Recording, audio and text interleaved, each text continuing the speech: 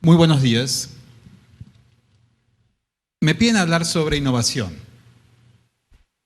Y innovación es un tema que uno muchas veces lo piensa como los iPads, los iPhones, los Blackberries. Pero les voy a contar una historia. Hace poco tiempo hubo un almuerzo. Estuvieron Facebook, estuvo Twitter, Wikipedia, Internet, y se juntaron a almorzar en un restaurante. Entonces Wikipedia, que se considera muy importante, dice: ustedes no son nada, yo lo sé todo. Lo miraron y dijeron: sí, Wikipedia sabe todo. Facebook los mira y dice: nah, vos podés saber todo, pero en realidad yo tengo la información de todos y de todo el mundo. Google se le mata de risa en la cara y les dice: mentira, ustedes pueden saber todo eso, pero yo tengo las conexiones de todo y te doy las respuestas a todo. Al lado había un señor que estaba escuchando y decía: yo soy Internet, estos no saben nada. Sin mí, ellos no existen, yo tengo los caños. En una esquinita había otro señor, medio viejo, todo desalineado, un traje oscuro, sucio, tenía una mancha de ketchup, se le había caído el teléfono al suelo. Imagínense esos tipos desagradables, sucios, viejos. Y él los escucha y dice: ja, ja, ja, ja, ja, yo soy la electricidad. Sin ellos, sin mí, ellos no existen. ¿Qué voy con esto? Si vamos a empezar a hablar sobre innovación, tenemos que salir de un paradigma, que es el paradigma de la tecnología. Yo sé que la innovación ha sido regida por los temas sexys como los Blackberries, los iPads, pero la innovación muchas veces pasa por ese señor que se llama electricidad y está sentado en un costado. Y sin esos elementos, muchas veces es imposible generar innovación. Pero pensando un poco en el tema de innovación, en definitiva, ¿de qué estamos hablando? ¿Y cómo se han dado las distintas etapas de la innovación? En primer lugar, vemos que innovación está ligado a la ciencia y la tecnología. Sin la ciencia y tecnología, la innovación es muy difícil que se vaya desarrollando. Entonces tenemos distintos centros de innovación. Por ejemplo, ¿qué se les ocurre a ustedes? A ver, ¿por qué no me cuentan? ¿Qué centros de innovación ustedes ven? Silicon Valley, ¿no? Pero ha habido una evolución de esos temas también.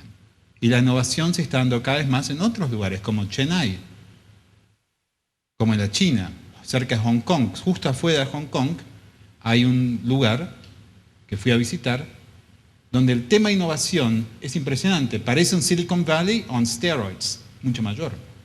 Pero siempre tiene que estar ligado de alguna manera a ciencia, conocimiento. En segundo lugar, tiene que la innovación generar un impacto y renovar y resolver un problema concreto. Y eso es un tema muy importante cuando estamos hablando de innovación. La innovación tiene que resolver un problema y tiene que ser una solución para algo. Pero el problema que tenemos acá es que esa solución muchas veces no está clara y el problema no nos está claro a nosotros. Por ejemplo, el iPad. El iPad es una tecnología relativamente nueva. Pero si uno se pone a pensar que uno está gastando 800, 900 dólares por algo que ninguno de nosotros lo usaba hace 6 años atrás, ni sabía que lo necesitaba, y hoy por hoy es uno de los productos de mayor venta en el mundo, es realmente impresionante. Steve Jobs, cuando estaba hablando sobre el tema innovación, decía un tema muy peculiar respecto a los iPads y el iPhone, que la función del innovador muchas veces es la de generar la necesidad, de tal manera que la persona después dice, yo no me puedo imaginar mi vida sin este producto. Hoy por hoy el iPhone, el iPad y sus derivados son elementos que se transformaron, por lo menos para mí, en elementos esenciales para poder trabajar. Steve Jobs tenía inclusive una visión muy agresiva, parecía argentino, soberbia. Yo soy argentino. Parecía argentino. Era muy soberbio en eso, porque él decía, yo invento las necesidades de la gente. Mi objetivo con las innovaciones es generar necesidades. Pero ¿cómo es la historia de la innovación? La innovación tiene básicamente 4 etapas. La primera etapa es el innovador individual.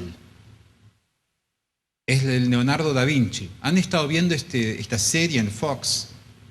Los demonios de Da Vinci, de Leonardo. Sí, ya veo que acá tú las estás viendo. Genial la serie, ¿no? Buenísima. Leonardo da Vinci era un innovador. Yo creo que Leonardo da Vinci era uno de los mayores, o fue uno de los mayores innovadores e inventores en la historia de la humanidad. A tal punto que algunas personas dicen que no era de este mundo, que era un viajero del tiempo, que se quedó colgado en la Edad Media porque le gustó, se enamoró de alguien, no sé. Pero, ¿cómo trabajaba Leonardo da Vinci? En forma individual. Otro innovador que tal vez tuvo más impacto inclusive que Leonardo da Vinci era un alemán, Gutenberg. Gutenberg tuvo una idea que en realidad no fue una idea revolucionaria per se, sino que fue una idea progresiva, de evolución. ¿En qué consistió la idea de Gutenberg? ¿Me van a decir la prensa? No. La idea de Gutenberg fue la de las letras móviles en una imprenta. Claro, las letras. Tú me estás mirando como diciendo, ¿de qué es que está hablando este? La diferencia con Gutenberg es que empezó a tener letras y empezó a cambiar letras y a armar textos. Antes sí se imprimían las cosas. Había imprentas, pero eran imprentas que se usaban una sola vez. La revolución de Gutenberg fue justamente el empezar a utilizar las imprentas móviles. Y eso fue lo que nos generó todo esto. Sin Gutenberg no se daría eso. Pero ¿cómo trabajaba Gutenberg? Solo. Edison, otro.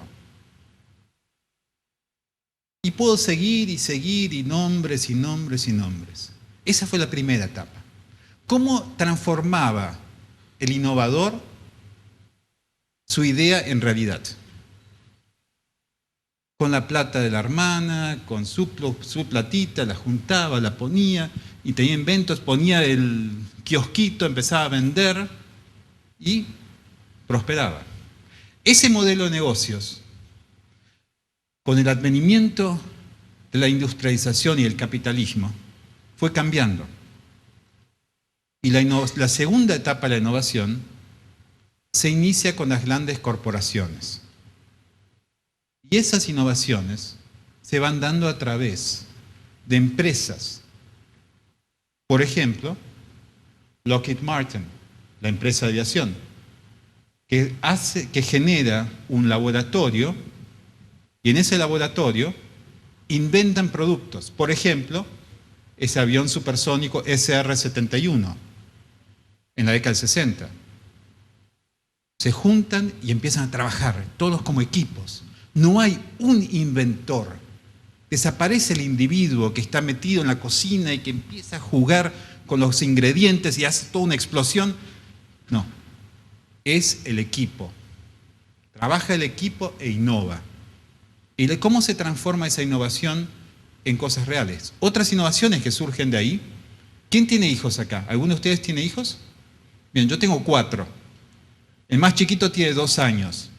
¿Cuál es la innovación y la invención más esencial para mí, que se hizo en la década del 60. Los pañales descartables. Y eso fue justamente a través de la invención de un laboratorio, de una empresa. No hay un inventor de una empresa, del pañal, pero sí la invención se transformó en un tema que cambió la vida de toda gente, mucha gente. Cuando ustedes tengan hijos van a entender de qué estoy hablando. Y acá veo que uno se acuerda de eso. Sí, imagínate si no tuviésemos pañales descartables, ¿cómo hubiese sido nuestra vida? Seguramente con mucho más olor. Esa fue la segunda etapa, los pañales, los aviones supersónicos. ¿Y de dónde salía la financiación para que ese producto se transformase en realidad? De la propia empresa. La empresa financiaba lo que dentro de su estrategia corporativa eran las grandes invenciones y los grandes laboratorios. Centralizaban el laboratorio y ese laboratorio es el que generaba después el producto. Como dije anteriormente, los pañales, los aviones supersónicos, el tema agrícola.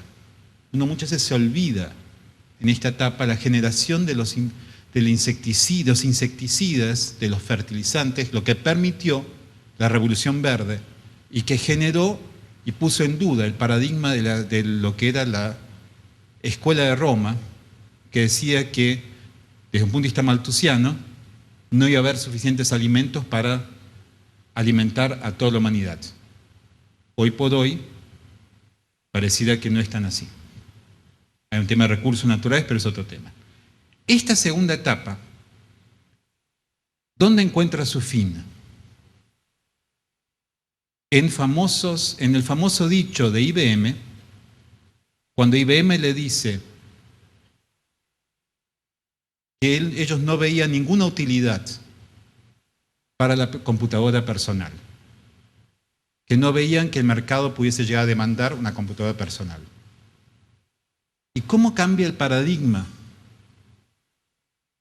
¿Y a qué volvemos? Volvemos otra vez a los Bill Gates, al Steve Jobs. ¿Qué es lo que ellos hacen otra vez?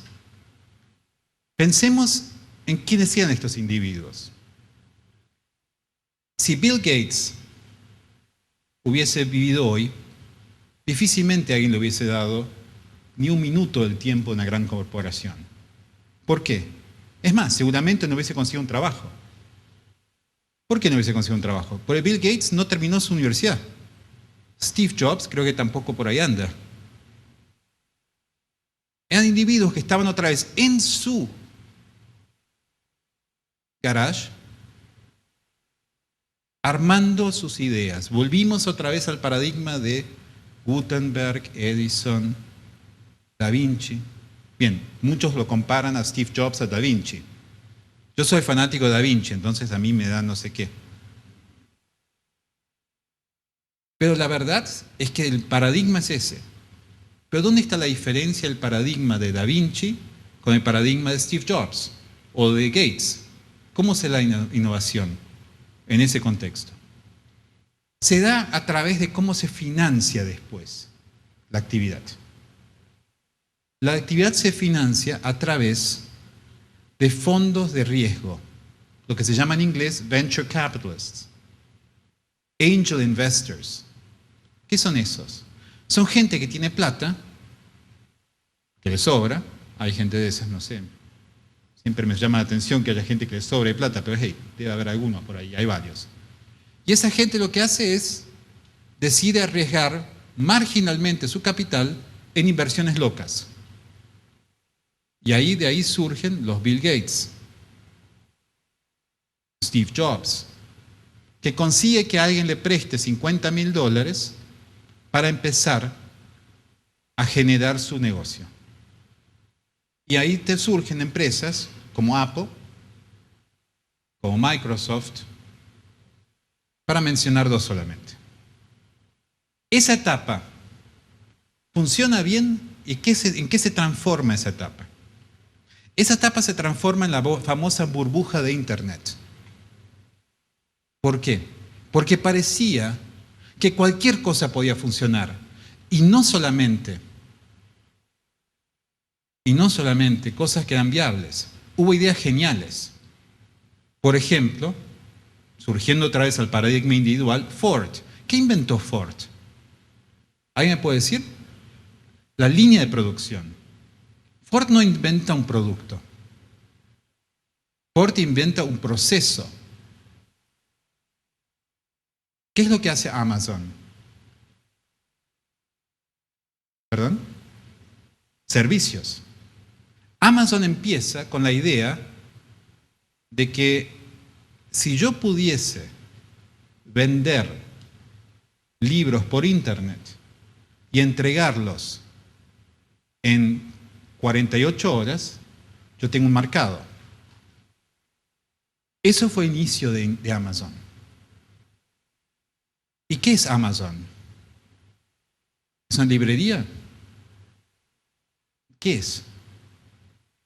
En el fondo, es una empresa logística. Amazon lo que logra... ¿Ustedes alguna vez vieron fotos del depósito de Amazon de libros? ¿Alguien lo vio? Es impresionante. Pero si se ponen a pensar, es una cosa enorme con máquinas que van, sacan. Pero lo que realmente es impresionante de Amazon es la capacidad que tiene de entregar un libro y en 24 horas entregártelo a tu casa en Estados Unidos. E inclusive también los puede mandar aquí. Pero aquí también es un proceso. Pero es una empresa que durante mucho tiempo no ganó plata. iTunes. Acá también lo mismo.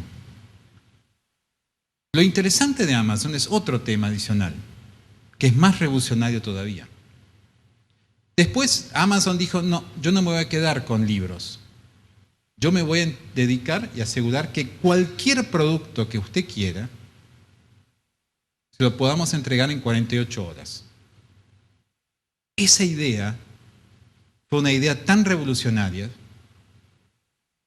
que hasta el día de hoy mucha gente la pone en duda. Pero hoy por hoy se puede comprar cualquier cosa en Amazon. Si yo quiero un radio para un avión, lo puedo comprar en Amazon. Si quiero comprarme un jean, lo puedo comprar. Una camisa y un libro. Pero después Amazon dijo, voy a ir un paso más allá. Los libros que eran lo que yo generaba, con lo cual yo generaba plata, los voy a eliminar también. Y voy a entrar en un mercado en el cual yo no soy líder. Y ese mercado va a ser el mercado de los libros electrónicos.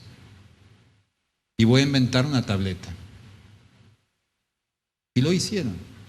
Hoy por hoy, la venta de libros electrónicos en Amazon está por encima de la venta de libros normales, físicos.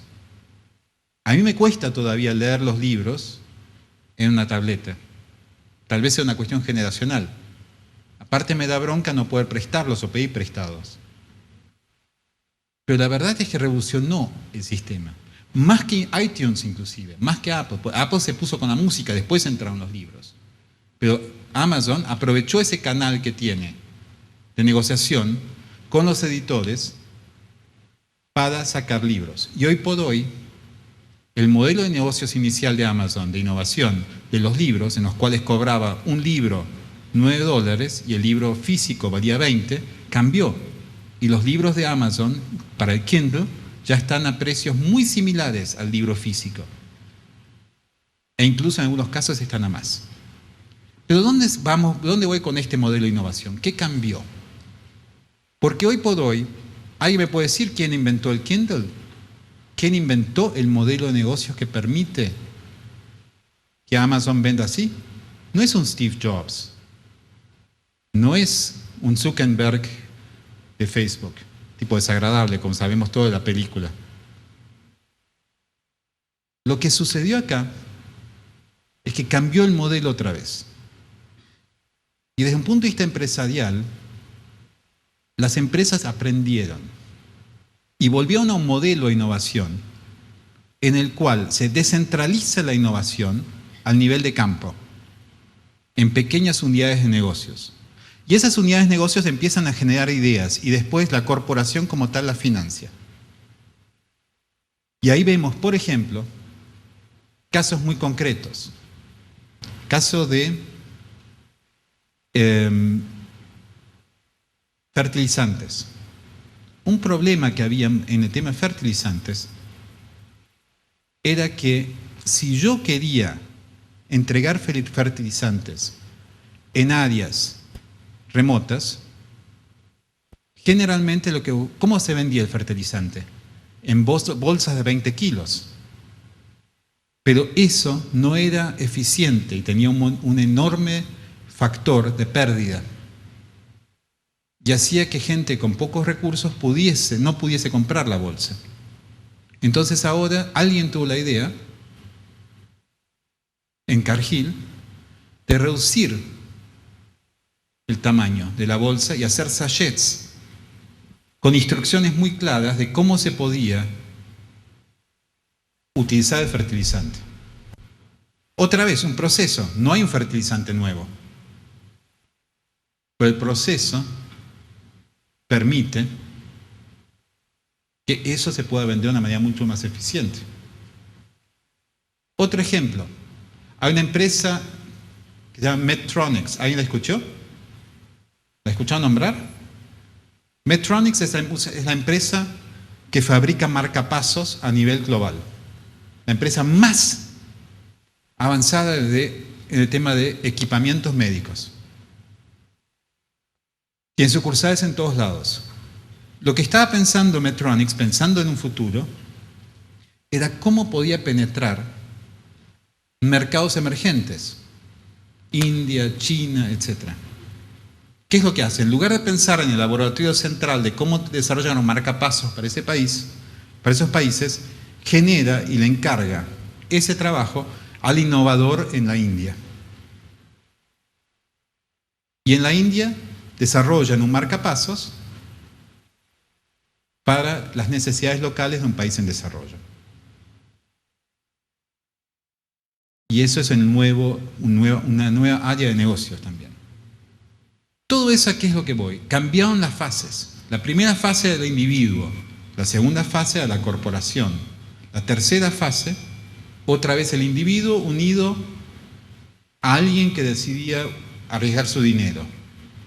Y la cuarta fase es otra vez la corporación, pero una corporación mucho más dinámica. ¿Qué es lo que hace IBM hoy? A ver, ¿quién me puede decir a qué se dedica IBM? ¿Perdón? Componentes, ¿qué más? ¿Perdón? Lenovo es chino. Se lo vendió a China. Lenovo es una empresa china de fabricación de computadoras que le compró la línea a IBM. IBM ya no fabrica más laptops. ¿Qué hace IBM? Software, pero ¿qué software? Servicio técnico empresarial. Por ejemplo, IBM descubrió que una línea de negocios era proveer servicios a ciudades que ellos llaman inteligentes. ¿Y dónde empezó? Estocolmo tenía un problema de tráfico muy grande. Entonces, la idea que surge era hacer un túnel por debajo de un río, y ese túnel seguramente hubiese facilitado y hubiese permitido que el tráfico fluyese de una manera más clara, más simple. IBM llega y dice, otra vez, el IBM local le dice, señor, yo tengo una idea. ¿Por qué no me da una chance de hacerle una propuesta para una ciudad inteligente? Se lo dice al alcalde de Estocolmo. Y el alcalde dice, ¿cómo una ciudad inteligente? ¿Qué me está diciendo? Sí. Antes de empezar la construcción del famoso túnel, permítanme hacer una propuesta para poner transponders en los autos y empezar a proveer de servicios a través de software al conductor con incentivos, etcétera, etcétera, para que use distintas rutas alternativas. Bien, lo hicieron, hoy por hoy no se construyó el túnel y el tránsito en Estocolmo está mucho más fluido. ¿Y quién lo hizo? IBM.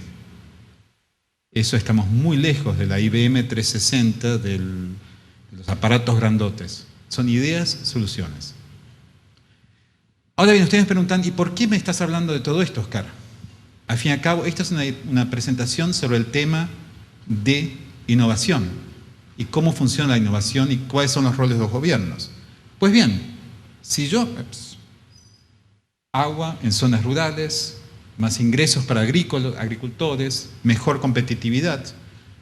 Pero, ¿cómo trabajan los países? ¿Cómo trabajo yo como país, gobierno? ¿Qué es lo que hago para que esto funcione? ¿Cómo puedo generar el ambiente para que esto avance? Pues yo estoy seguro que acá adentro más de uno debe estar pensando, esta idea que yo tengo, esto puede funcionar. ¿No? Acá veo uno, ustedes acá adelante, ustedes 4 para mí ya tienen todo armado. Se ríen, obviamente debe ser así. Pero ¿qué es lo que necesitan ustedes para que esto avance? Y hay algunos casos interesantes. Por ejemplo, Corea del Sur.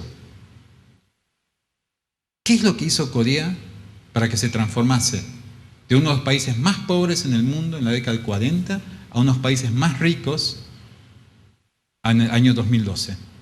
En primera instancia, educación, educación, educación, educación, educación. Entonces todo el mundo dice sí, sí, sí, sí, pero te las regalo ser un niño coreano. ¿Ustedes vieron la presión que tiene el niño coreano?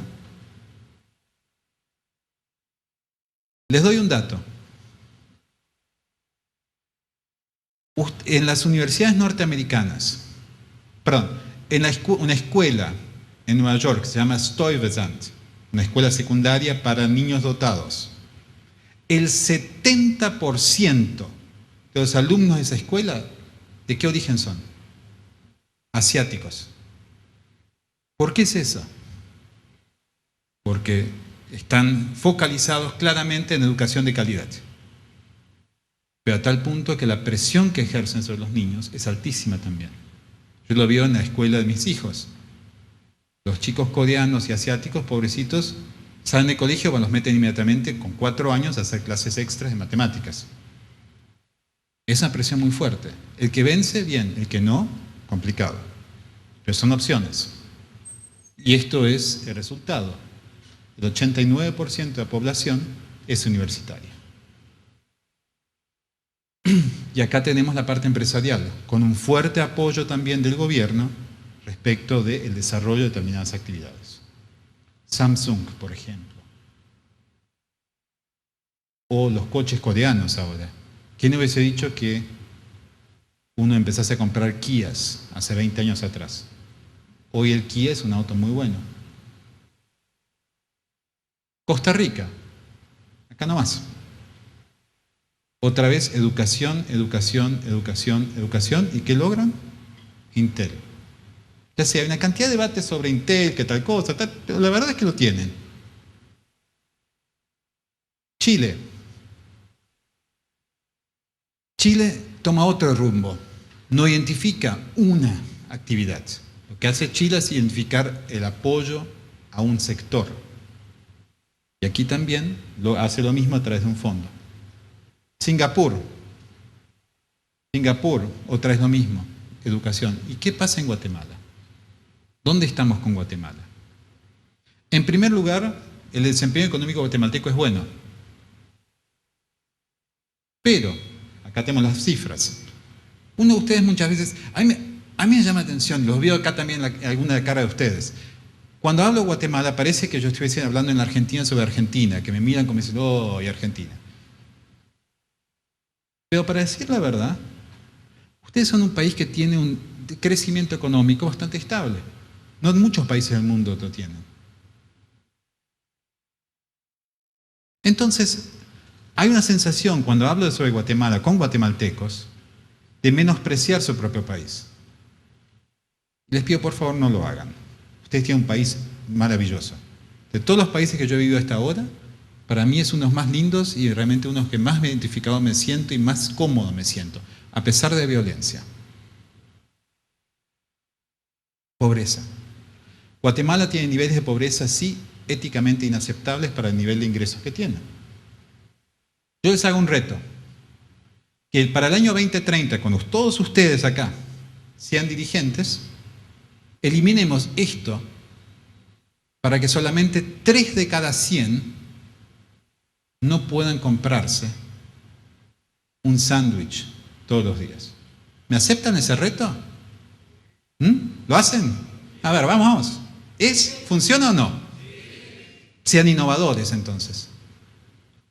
Eso es lo que ustedes tienen que hacer. Esa es la responsabilidad de ustedes. Lograr que para el año 2030, cuando ustedes sean dirigentes, solamente 3 de cada 100 no puedan comprar suficiente para comer. Estamos hablando de 10 quetzales por día. Ese es el desafío. Ahora bien, ¿cómo? El empleo formal está por debajo del 40%. Pero hoy por hoy tienen 9 millones de personas en edad de trabajar. Tienen que acelerar el crecimiento. ¿Pero cómo? Innovación. Yo no tengo la respuesta, tienen ustedes, estos 4 acá. Y otros más acá adentro también. ¿Cómo? Innovación. Servicio de turismo. Explíqueme una cosa. Explíqueme una cosa. ¿Cómo es posible que ustedes teniendo las costas, los volcanes que son muy lindos, Antigua, Tikal, El Ceibo, Retatuleu también, si quieren, el Irtra, si quieren también agregarle algo más, Atitlán, ¿cómo es posible que no tengan un flujo turístico más grande? Explíquenme. ¿Saben por qué no? No tienen los servicios. No tienen la capacidad, no tienen la cultura de servicios. No surgió todavía alguien acá que logre liderar un cambio de actitud hacia el servicio de turismo. Y no es el INGUAT el que está acá, debería hacer eso. El INGUAT y el gobierno establece el contexto general. Pero la promoción tiene que venir de ustedes. Innovación agro en textiles. Acá también hay que volver al pasado. La innovación no siempre significa la generación de nuevas ideas. La innovación muchas veces significa buscar y recuperar procesos ya existentes en el mismo país de ustedes. En Bolivia, la quinoa surgió ¿de dónde? De los incas. Era una comida y un alimento que era considerado de los pobres, hasta que a alguien se le ocurrió identificar y hacer marketing sobre las bondades nutritivas de la quinoa, y hoy por hoy ningún pobre la puede comprar.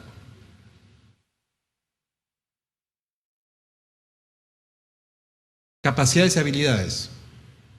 El castellano de ustedes, la capacidad del inglés de ustedes es tan buena que el call center es una salida natural, pero tienen que ir un paso más allá del call center. Escribir software. De hecho, entiendo que Second Life se desarrolla acá el servicio técnico. Pero hay que ir un paso más allá, hay que ser más agresivos, hay que tener ideas. La producción sostenible. Aquí también aprender del pasado y ver qué es lo que sirve de lo que se ha hecho en otras comunidades. Por ejemplo, los mayas. En lo bueno y en lo malo. Como hicieron los peruanos. Machu Picchu, si lo comparan con Tikal, volviendo al tema turístico, es muy lindo. Yo estuve en Machu Picchu, fui varias veces, pero no llega ni a los pies, ni al tobillo, ni al dedo meñique. No hay ningún peruano acá, ¿no? Por las dudas. ¿No? Ok, está bien.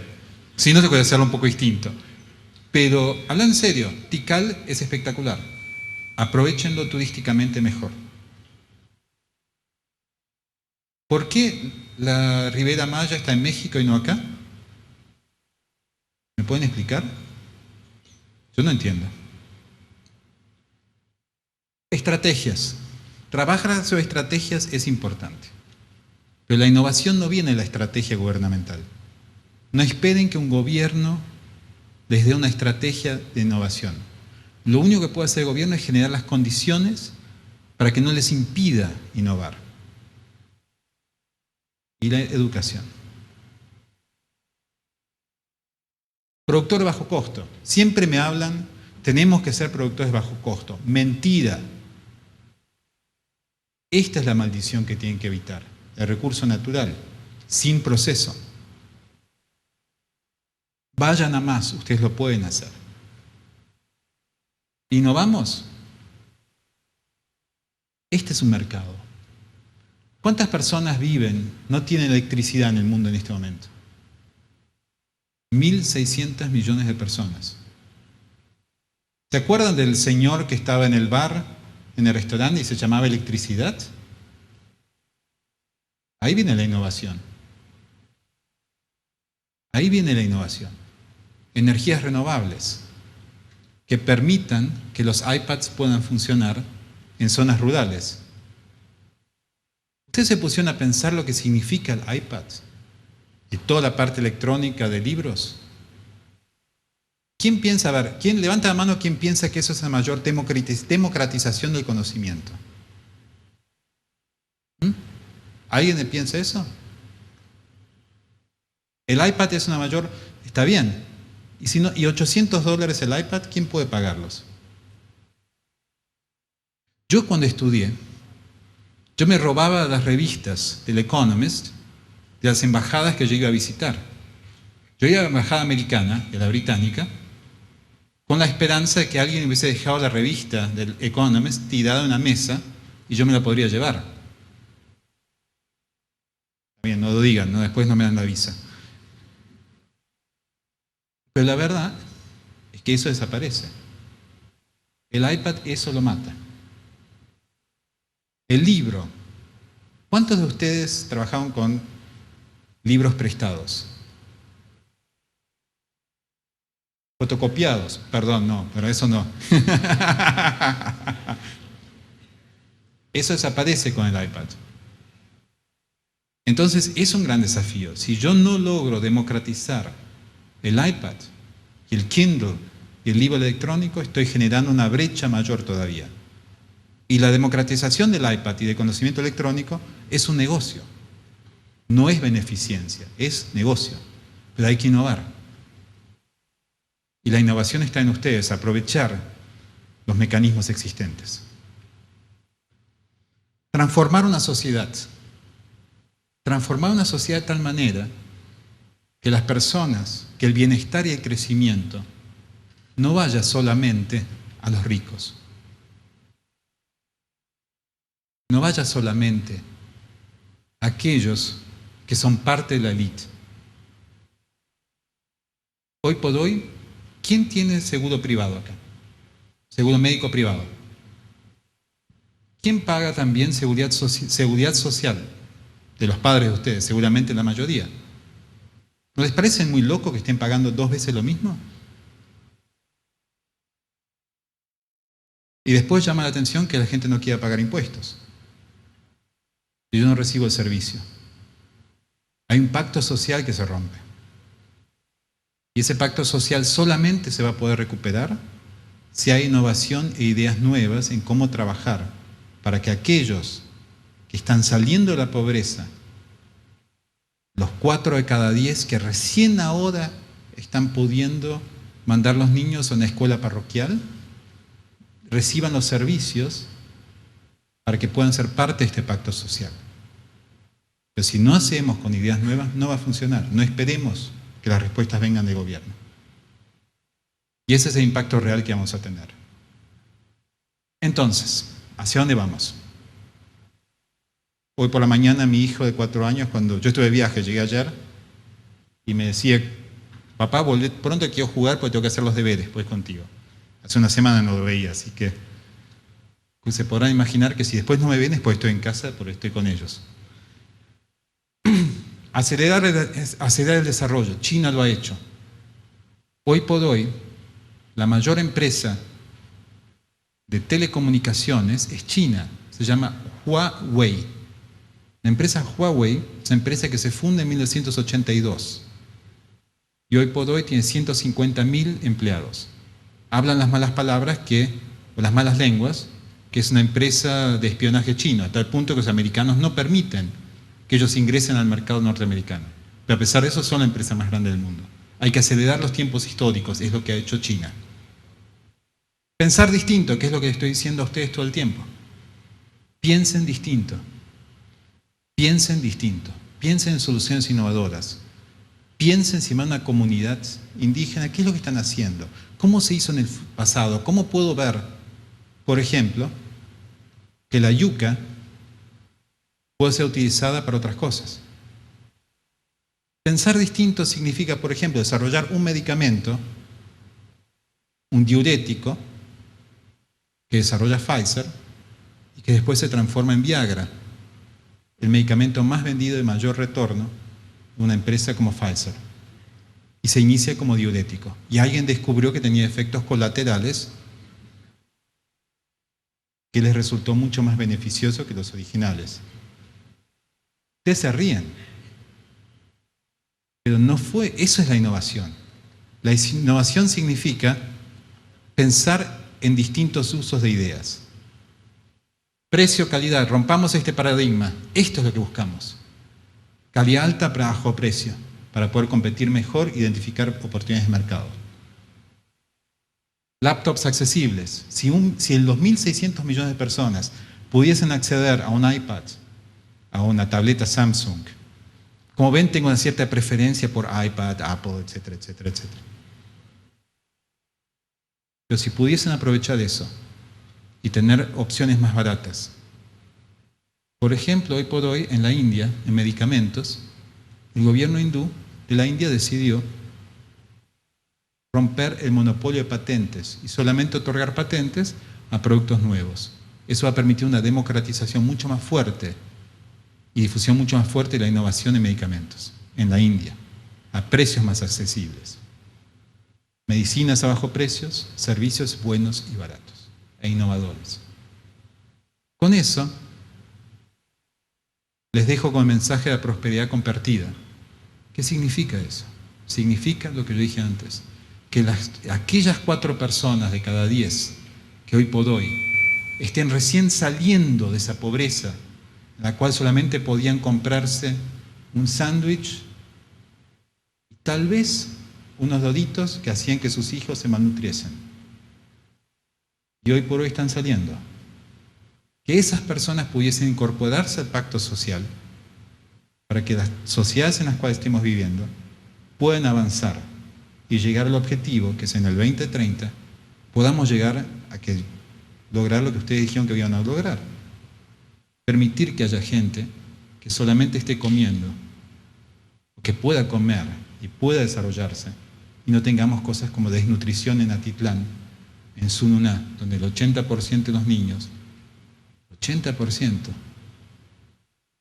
están desnutridos, no malnutridos, desnutridos. Con ese mensaje les dejo. Hablé demasiado como siempre, pero tengo que aprovechar. Acá puedo hablar, en casa después ya es otra cosa. Y muchísimas gracias y que tengan un muy lindo día y felicitaciones por estar acá. Muchas gracias.